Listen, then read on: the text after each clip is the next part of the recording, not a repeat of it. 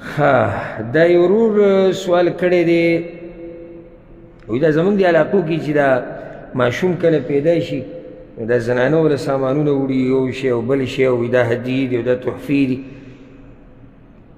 دا به جایز او که نه وي؟ کله به کې دا زنانه دومره زیاتې وکړي چې په خاوند باندې یعنې دومره زور راشي چې هغه ته نقصان رسي. جواب: شریعت ګوره تیزي ورکړې ده چې تحفې تحایف یو بل له وړې راوړئ، په دې خو شریعت تیزي ورکړې. بیا داسې د خوشحالۍ موقع چې راشي چې یو انسان له الله لور ورکړی، زوی ورکړو، او په دې خوشحالۍ کې هغه د تحفې وړه، د هغه د ماشوم له تحفې وړه، په دې کې څه حرج نشته. مسلمانان چې یو بل سره څومره نږدې کېږي او د مینې محبت دپاره تحفې تحایف راشي درشه کوي، دا ښه ده. او اصل په معاملاتو کې دا دی چې دا حلال دي، الا دا چې یو دلیل راشي چې هغه وایي چې دا حرام دی، او په دې څه دلیل نشته.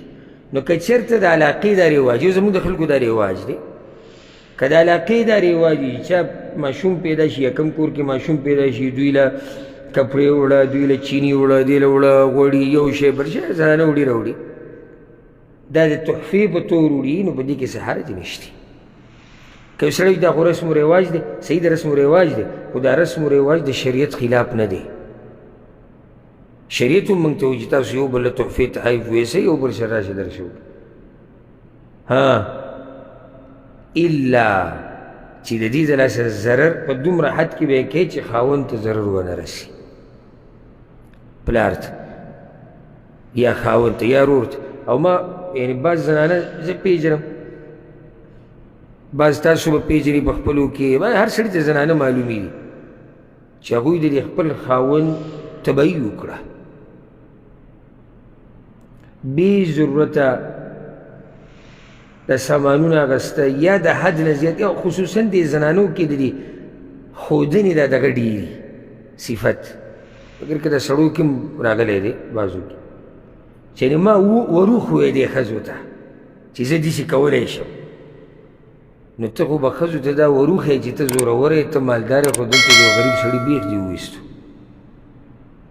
او چې بیا هغه غریب سړی هم په هغو کې چې د خولې نه غږ نشي راویستی، خیر ته به برباد کړي. او ته یو ټلیفونو کې دومره شوړه راولېږه، او د ډزه بس لیونۍ ته جوړ شوي، دغه پیسې را پیدا کوي. د ظلم دی، زیاتې دی. صحیح ده، موږ به تحفې تحایف وړو د وس مطابق. د سره وس نشتی تا هېڅوک نه ملامته کوي، او که څوک دې ملامته کوي دغه سړی په خپله ملامته دی، ځکه چې الله ګوره ما له عقل لا کړی، بل څوک پرېږده، زه اوس ستا کور ته در روانم، زه او دا موقع داسې ده چې زه تا له تحفه در وړم، دروند خوی داسې دا په مخه خلکو کره تش لاس تله راتله، دا مزه نه کوي، سړي ته به ځان داسې کچه غوندې ښکاري. اوس داسې موقع راغله چې یاره زه ملګری یم یا خپل یم ستا، په کار یې زه تحفه در وړم، خو مالي حالات داسې دي چې هغه تحفه زه نشم اخیستی. نو که ته دروند سړی، ته به زما د عذر د بیانولو نه بغیر زما دا عذر ومنې، او چې دروند نه یي که نه، نه که ته ځان مړوم کې خو دی، او بیا پکې هم څه نه څه خبره راوباسي، دا هم په دې پوښتنو کې شتي چې نه داسې او نه دغه. یا سړی د اوس مطابق کار وکړي، یعنې خلک چې دی کپړې وړي، چیني او وړه او پی او جامې او یو شی او بل شی، د لږ غونته کې سامان راغستی اوس مطابق، دا یو تحفه ده. نو زیاتې پکې خصوصا د خویندې زموږ میندې، دوی چې رقم زیاتې کوي او د خاوندانو سره ظلم زیاتې کوي، په دې به الله رانیسي.